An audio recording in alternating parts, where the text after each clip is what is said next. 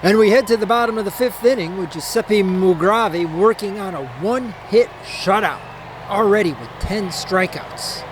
But Joe, what's that on his ear? Is that? It looks like peanut butter. And you can bet that Ruffians manager Buck Showstopper has taken note of it as well.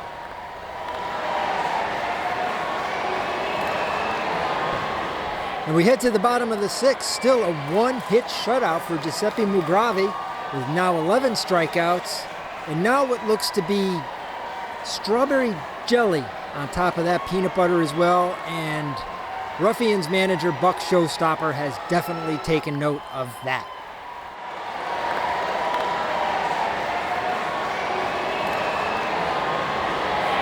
And here we are in the seventh inning stretch, and yes, that is clearly marshmallow fluff on the ear of Giuseppe Mugravi, and yes, Ruffians manager Buck Showstopper is about to do something about it. Hey, if y'all ain't gonna do anything about this, I'm gonna go make a sandwich and vote for Record Journal Athlete of the Week.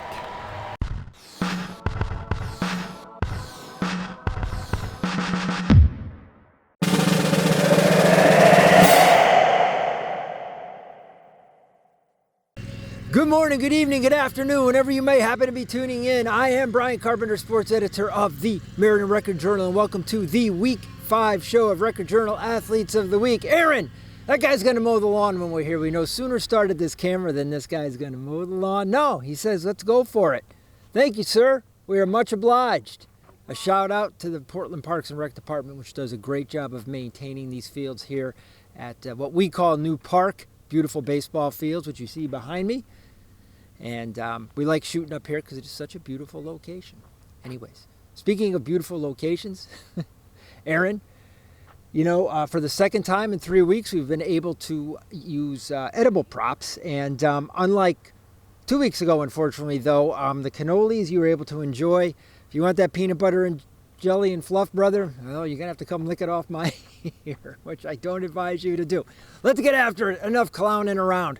We've got another good slate of candidates from Week 5. First, our Week 4 winners. You saw at the top from Maloney, Meriden Co-op swimmer, Miss Addison Marcoja.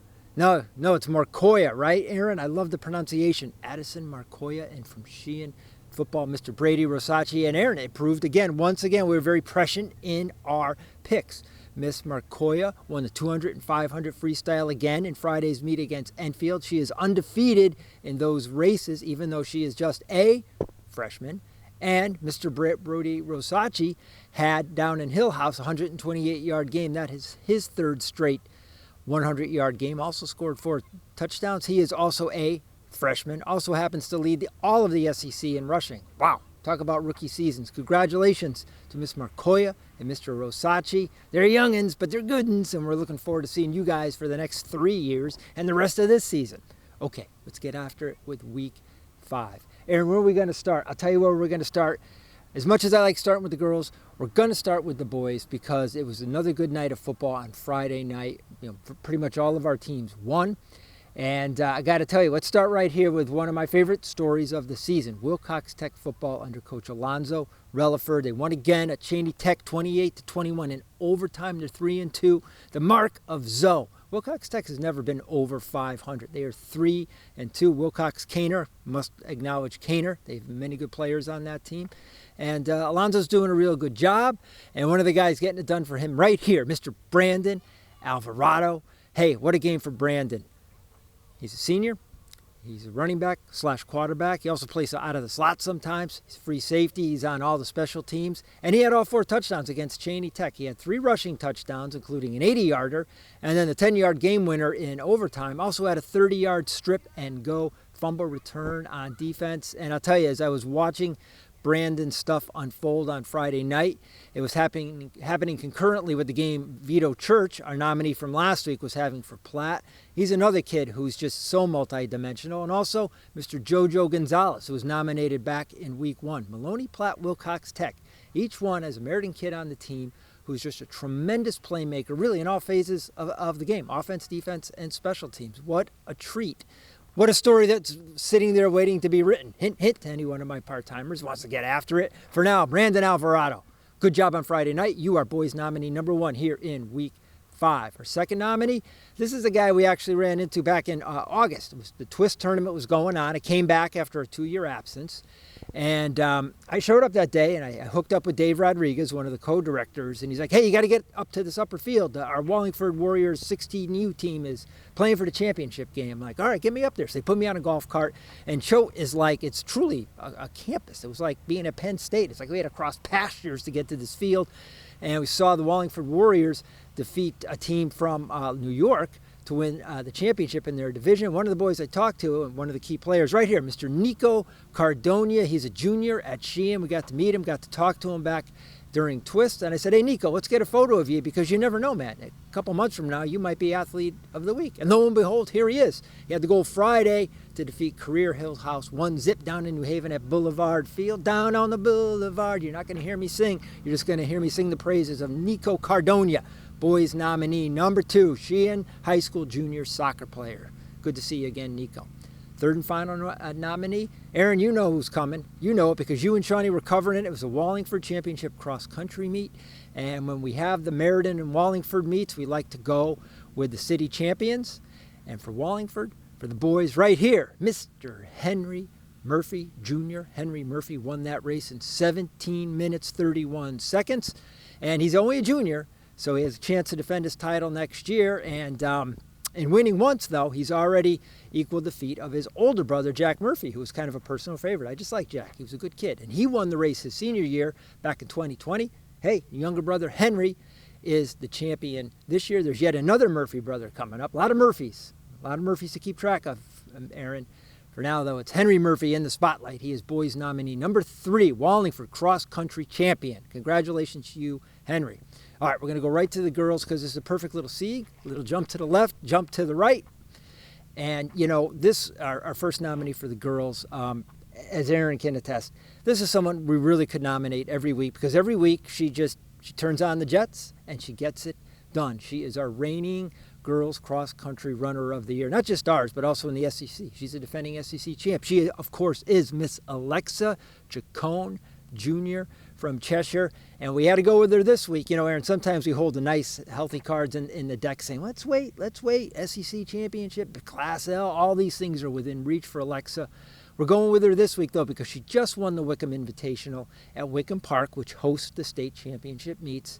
And this Wickham Invitational really is the premier regular season meet. All the good teams go there. And it's really kind of like you show what you got, you know, in advance of the state meets. And Alexa won the girls' varsity race among the large schools. But not only that, she had the best time in any of the races for the girls. 18 minutes, 57 seconds. She was the only girl to go under 19 minutes. We know you got bigger things coming down the line here, Alexa. SEC championships, Class L state meet, state open. We'll see what you do. Looking forward to seeing what you can do because we already know what you can do. You are girls nominee number 1 in week 5. All right, Aaron, our final 2 nominees, I know them right off the top of my head, right up here.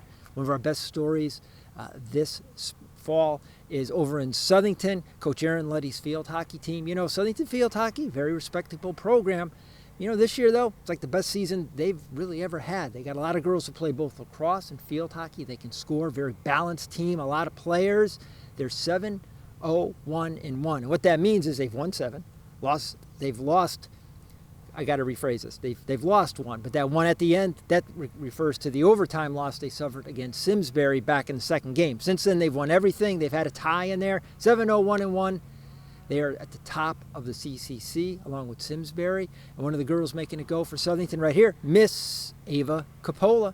Ava Coppola, she's a senior, and in their last 3 games going into this week, Ava has scored 5 goals. She had 2 goals and an assist Friday against Windsor in a 6-1 victory. Like I say, there's a lot of good players on that team. It's almost like, who are we going to pick? Who are we going to pick? We're going with Miss Ava Coppola for a fine 5-goal week. Say that 3 times fast and go watch the Southington field hockey team. 7-0-1-1. Congratulations to Aaron Letty and congratulations to Miss Ava Coppola. Girls nominee number 2 in week 5. Third and final nominee, Aaron, remember a couple weeks back when we put the challenge to the Maloney girls volleyball team after they got swept by Platt and we're like, hey, earn your keep, earn your nominee. Well, they did. 3-0 week last week to get over 500. Coach Kevin Savis and his girls, good to see that. They swept Wilcox, they swept East Hartford, and they had a great match Friday with Avon.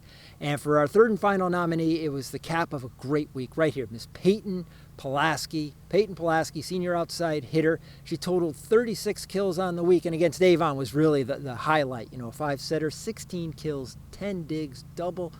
Good for you, Peyton. You were the girl we were watching, and you are the girl we nominate now here in week 5. All right, Aaron, hey, that's a wrap, man. I feel like we should let the gentleman who was so kind enough to not have his mower going while we were doing our show. We got to wrap it up so he can get on to his job, because I'll tell you, again, these fields are very well maintained. My kid's going to be playing on this in about 6-7 hours. So I got to clear out and let this man get after his job.